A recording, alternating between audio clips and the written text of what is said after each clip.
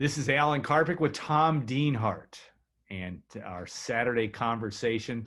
It will be focused on the top freshmen, true freshmen, defensive backs at Purdue. And Tom, I will, truth be known, we had to spend some time researching, make sure we had our facts straight on this. So we're gonna, if we act smart, it's because we looked up some numbers. We don't know them off the top of our head. That's a full disclaimer. Is that a fair assessment?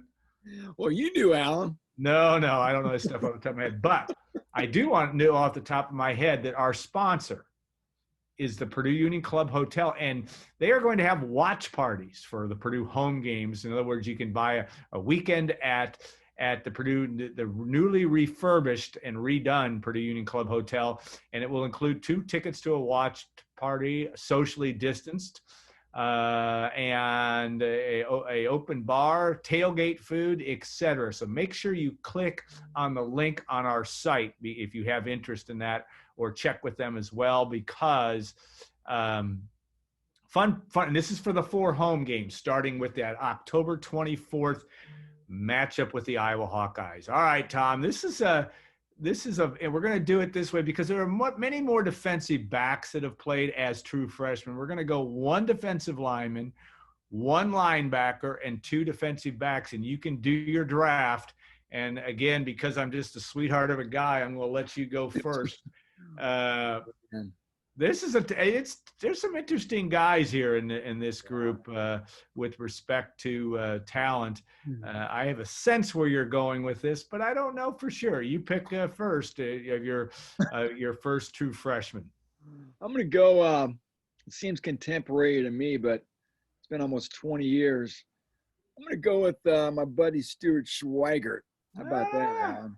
He actually was the Big Ten Freshman of the Year in 2000 as a true freshman. He arrived from the Mitten State, of course, as one of Purdue's most heralded recruits. Gosh, 40, 50 years probably. Now, this is a big-time kid who could have gone to Michigan, Michigan State, Notre Dame. Chose Purdue. Brock Spack wooed him to West Lafayette. Stewart, of course, a great track athlete, a rangy D-back safety, comes to West Lafayette, starts right away, Alan. Leads the team in tackles, and Allen, it was a team that went to the Rose Bowl, so this wasn't a 2-10 Purdue team he played on.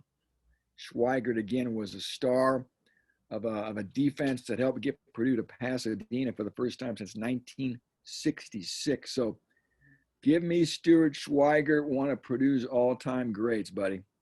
Yeah, that's a hard one to bet against. Not that you're betting here, but he really was something. And really came in right away and expected to do that. I think he didn't start. Did you say he didn't start every game, but he came in? I know he also had a broken hand that year, I believe. Yeah. And still, ends up being the Purdue all-time interceptions leader as well. Again, led the team in tackles. I don't think a true freshman probably ever done it before or since. Well, I'm glad that you mentioned that, because that's true, I believe. But I can't pass up, just because I'm going to build my team, NFL Hall of Famer.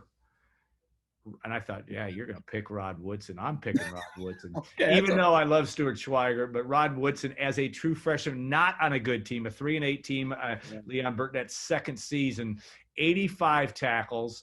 And I think he had a fumble recovery, and he had a couple interceptions also, starting as a true freshman in 83 for the Boilermakers. And Rod Woodson finished 3rd in tackles behind 2 current college coaches. Who would they be? Kevin Sumlin at the University of Arizona and Brock Spack at Illinois State were the top 2 tacklers in 1983. Sumlin, I believe, a walk-on that season as well. So that's a little trivia for you today, but I got to go with Rod Woodson just because it's Rod Woodson. But there's some really good defensive backs. You get to pick your second pick, and there's some good choices here. I remember Rod was a free safety his first year, Alan. Yep. And moved to cornerback the latter part of his career. I remember that first game. I was a true freshman in 1983, like Rod, sitting high up in the north end zone, watching him get scorched by Notre Dame that day. 95 degrees, too, by the way. I digress. I'm going to go up front, Alan. Defensive lineman, true freshman defensive lineman, at least from our oh so thorough research, right? It's hard. It's always hard for big guys to play right away as true Yeah. freshmen on either side of the ball, and I think our research bore that out. But one guy who did come in as a true freshman, no surprise, Alan. This guy was a specimen from the Queen City. I think the nephew of Dave Parker, the great Pittsburgh Pirate player, Ray Edwards, right? My Yeah. God, this guy was chiseled by the football gods and another huge recruit for Joe Taylor. I remember, Alan, when they got this kid. I mean, I'm not breaking news to you, but when they got this kid, it was huge. And they convinced him to come to West Lafayette, Alan. This was another kid who probably could have gone about anywhere in America. And he chose to be a Boilermaker. Of course, Purdue was developing a great rep for developing defensive ends. And Ray came in, the fall of 2005. He had 7 sacks that year round. I know Ray Edwards' career was, I guess we'll say, up and down. How about that? I guess you always wondered if he always had that motor, played hard all the time. But when he wanted to play, Alan, he was special. And, of course, went on and got drafted and had a nice career in the National Football League, mostly with the Vikings. Yeah, and of course you met he it was the fall of 2003 was his freshman year, right? And obviously on a very a loaded defense too of seniors with Sean Phillips and Craig Terrell, et cetera, on that defensive line. Edwards came in and made an impact early on. Maybe not as big an impact as some others, but for a true freshman, once again, hard to argue that one with Ray Edwards in your pick. All right, my second pick. Oh, boy, there's just a lot of good choices. I'm going to go Ricardo Allen, and in 2010 – not only did he started, I think, every game or just about every game, had 2 pick sixes. I remember one of his pick sixes against Michigan in 2010. One of the leaders in tackles. Ricardo Allen obviously is enjoying his time, though I think he's still battling injury in the NFL, but a guy that, really good. That's a tough pick because we can argue some other guys. There's some other guys that will probably be on our also ran list, but I'm going to go with Ricardo Allen as my second pick. Yeah, great choice. From Daytona Beach, Florida, I believe, Allen. A guy who, like I said, played a lot of football, was a Danny Hope recruit, and is still continuing to have a prosperous career in the National Football League. Okay, I think I will stick in the secondary, Allen, and I'm going to lean toward an early 80s Boilermaker for you. I'm going to go with Ray Wallace. Okay. Of course, Ray, parade All-American, North Central High School, came to Purdue and played, he could running back or a D-back, but again, Ray started as a free safety right out of the chute. And, of course, eventually, as we all know, matriculated to running back, where he played, I think, his last 2 years in 84 and 85, and went on to the National Football League for a spell and enjoyed a nice career there. And as a freshman, Allen, Wallace was 4th on the team in tackles at 85 total stops. So, again, he was a guy who was productive right out of the gate. I know the 82 Boilers were nothing to write home about. Ray Wallace gave us all a glimpse of how special he was as a true freshman in the fall of 1982. Yeah, you think about Leon Burtnett's early years. That was his first year, obviously. That first game against Stanford, you have Rodney Carter, true freshman, starting. You have Ray Wallace, true freshman, starting. It was very much a youthful and certainly, and I think Mel Gray also, who was not a freshman, but it was a transfer. Yeah. My point is you had that was recruiting, and that's what Leon did. And Ray Wallace was a big-time recruit.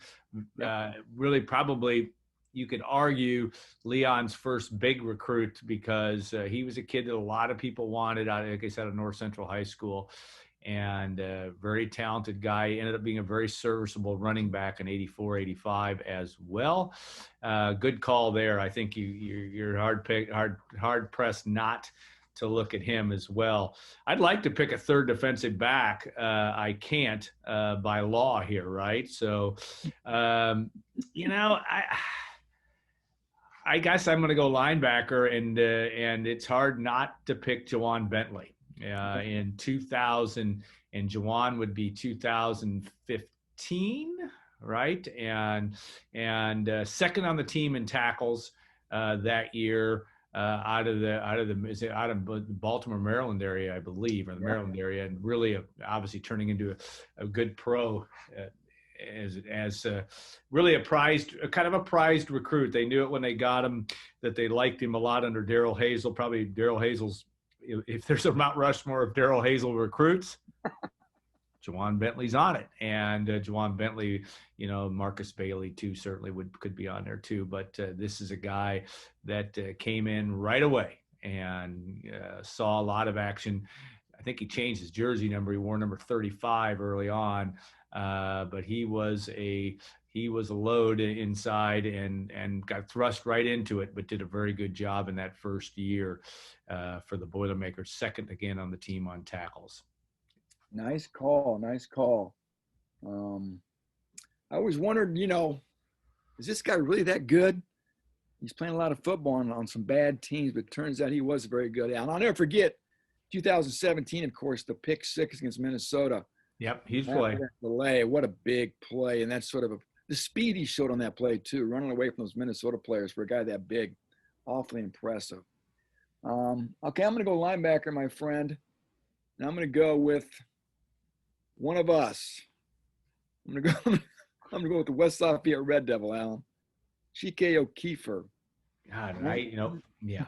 1994. I think I counted 7 starts that year, Alan. Chike was number 3 on the 1994 Boilermakers in tackles. He had 65 total tackles.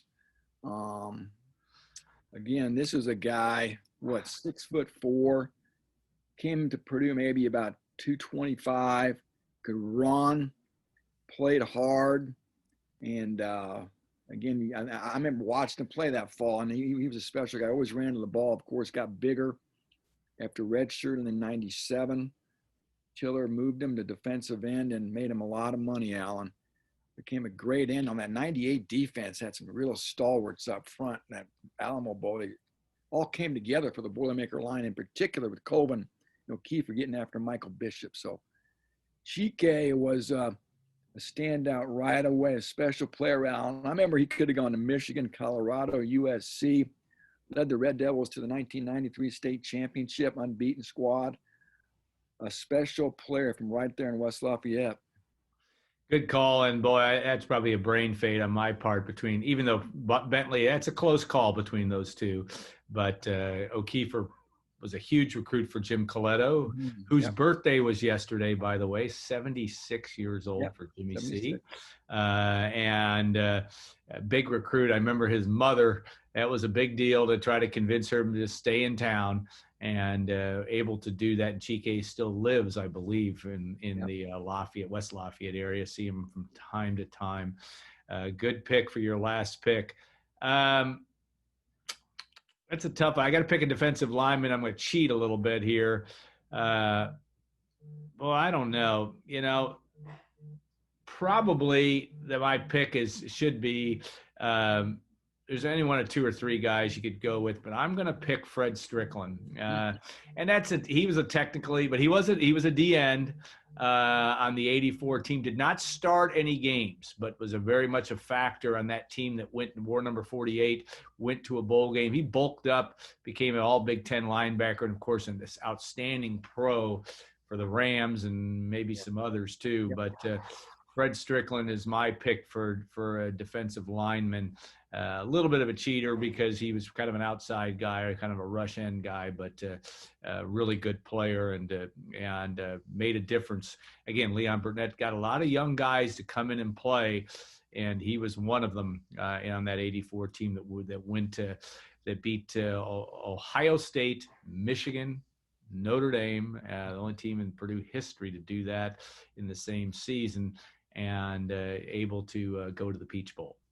Yeah, Ringwood, New Jersey's own Flying Freddie Strickland, number 48. I can still see him out there. I remember Kevin Sumlin told me once, of course, he played with Fred, was 2 years older. He told me the second he saw Strickland on the field, he goes, "I'm done." Yeah. He's that good right Yeah. away. I mean, someone could tell right away Fred was that good.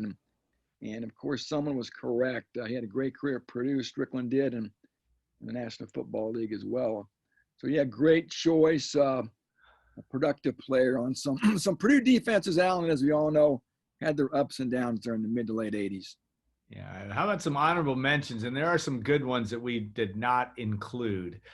Some people on your list, Tom. Give me some others that were on Yeah, your radar. when you were saying Fred Strickland linebacker, I thought Gilbert Gardner. Yeah. That 2000 defense, along with Schweigert, another true freshman from the Lone Star State, came to Purdue, Allen, sort of as an athlete or even a wide receiver. And I remember he got moved to linebacker, and all of a sudden Middle linebacker, I believe, actually. Yeah. he was Crazy. starting. Yeah. So 47 tackles, and it was like week 7 or so. And I can't remember the situation. I think that's when they moved Aiken Adele back to defensive end. No, that was 2000. I'm missing my years, but yeah, that was a big thing, and that was not Adele Adele. That's right, in 2000. That is correct. It was a 2000 season. Adele. They tried him out at linebacker, moved him back to defensive end, and put Gilbert Gardner in that position. And it ended up Brock's back good at working that out. How about some others that you were thinking about? Yeah, Steve Jackson, Yeah, part of no Fred doubt. Aiken's very first recruiting class, a cornerback. Again, I think he's from the Houston area. Basically started every down at Purdue. Of course, was a prolific NFL player. I think he's still coaching in the NFL, Allen. Yeah. I remember talking to Akers, and I covered the team in '88, and Akers going, "This guy is a pro," and that's when Jackson was just a sophomore. So Yep. Akers was right. Long-time pro. We talked about Bernard Pollard, of course. Yeah, Bernard Pollard should be on that list. I mean, he started every game, but week 1 against Bowling Green and Purdue's defensive backfield got torched. I don't know what the deal is. It almost had to have been an eligibility issue or something, or maybe I don't know what it was, why he didn't start, but he started week 2 at Wake Forest, and the Boilermakers beat the nationally ranked Demon Deacons on the home field. So Jim Grove. I remember Schweigert had a big play late in that game. Big play, and Sean Phillips as well to preserve that win, but he definitely on that list. I think some other ones, Brock Spack. Yeah. Did not in 1980, got one start in week 2. And that 80 defense was pretty established. And Brock was an outstanding all Big Ten level as a sophomore in 81. But Brock did get a start and had 30-some tackles that year as a reserve for most of that season. We talked a little bit about Derek Barnes getting a couple starts as a freshman. Alex McGee, a defensive lineman, got a start, and a guy that from Slidell, Louisiana, and really probably should have, in terms of freshman defensive lineman that made an impact, the Brad Horner, and that's Hornor, but he had 6 starts in 1982. Again, that sign of the Leon Burtnett recruiting well. I remember when it was a big deal to go down to Slidell, Louisiana, and get that kid. There were some others. Brian Madden, who transferred from Purdue to LSU after being from Indianapolis. Was he from Broad Ripple kid? I can't remember. I'm not sure. He was in Indianapolis. He was a big recruit too, boy. He big recruit. And Jim Schwantz, like you said, another guy that got some starts in there as well, or played a lot, I should say. I think he got 3 starts as a freshman linebacker in '88. And went on and played as a very, very good special teams, I think, on all pro level as special teams guy. So I think, I've got most of my list. I always fear on this deal that we miss somebody. We've been called out a little bit, but that's good because that means people are listening. I try not to forget guys, but I think I like my group of Rod Woodson, Ricardo Allen, Jawan Bentley, and Fred Strickland. And you've got Stuart Schweigert, Ray Edwards, Ray Wallace, and Chike O'Keefer. And I almost forgot Chike O'Keefer, which is inexcusable. But and he also changed jersey numbers from 34 to 54 later in his career. Allen, speaking of Chike, jarred my memory. Sometimes we forget what's right in front of us. Oh, yeah. True freshman, 2019 Boilermaker defense, George Karloftis. See, you're Another right. Red I just, Devil. Big George obviously probably would have to be on the team, but at least got to give Big George a shout out. oh yeah, no, no, no, Go no, no. Let's 10 let's minutes into let the me second. re. All right, let's restate this. Like I said, that's the forest for the trees here, buddy. Constantly do that. I constantly do that. Big Yeah, George. all right. I think George might be on a Hall of Fame level, but I think he would be hard pressed from a defensive line standpoint. He had a better year than Ray Edwards did. He Yeah. had a better year than Fred Strickland did. Yeah, I think that Karlaftis. I'm glad you mentioned it. I'm glad we're not going to go back and re-record this thing, folks. Yeah, But you he's guys got to be probably, on there. You're right. I mean, I think it's 7 sacks. He led the team in sacks yeah, last year. and you are exactly right. And I'm sure some people that are listening to this, what about Karlaftis? This has been somebody's first pick. Hey, how about Okay, this? How about we saved the best for last? How about that? that might be it. That might be it. Now, we won't forget if Purdue gets Yanni Karlaftis, which is an if. We're not saying they are. That maybe he'll get a chance to make our famed unit. All right, our apologies to the Wida and Karlaftis family for brain fading. I'll use that term, but right there, George Karlaftis. I'll put it. You know what I'm going to do to overcompensate? I'm going to put his picture on the front page of our site when we promote this, so that we don't. So I'll speak for myself. You didn't look stupid. You remembered it, but I think that's a good idea, good call on that front. So George Karlaftis certainly deserves to be on our team. All right. We will I believe next week we are going to talk Purdue Notre Dame. And next week, October 7th, 1950, one of the great days in Purdue football history, as Purdue upended the Notre Dame's 39-game unbeaten string, and really became in a lot of ways got on the map on a national level by beating the Irish that day. Dale Samuels, Bernie Flowers, Neil Schmidt, others in that win at Notre Dame. But we're going to talk about the importance of that series and some of the great games in that. We may make that into a two-parter. And then, of course, we've got other things to hit before we get to the start of the season. And then we'll return to Saturday conversation after Purdue wins the Rose Bowl or goes to the national championship. We'll do all that. So, all right, I'm a little giddy now after missing Karlaftis, but that worries worries me with my memory. But boy, I'm glad you picked that one up. All right, we want to thank our sponsors, and that, of course, is the Purdue Union Club Hotel. Make sure if you want to have a fun weekend for one of the Purdue four home games, you're not going to be going to the game, but you can stay at the Purdue Union Club Hotel. They're going to have game watch parties there, kind of have all package put together. Check out goldenblack.com. Click on the link on our message boards. There's a link for more information on that. It includes tailgate food, open bar. Sounds good to me. It'll be a fun evening, and socially distanced, of course, at the Purdue Union Club Hotel. All right. Thanks again, Tom. Have a good rest of the weekend, and we will be back next week, talk Purdue Notre Dame on that 70-year anniversary of that huge program-changing win in a lot of ways for Purdue in 1950 over the Fighting Irish. Have a great weekend, and thanks again for watching.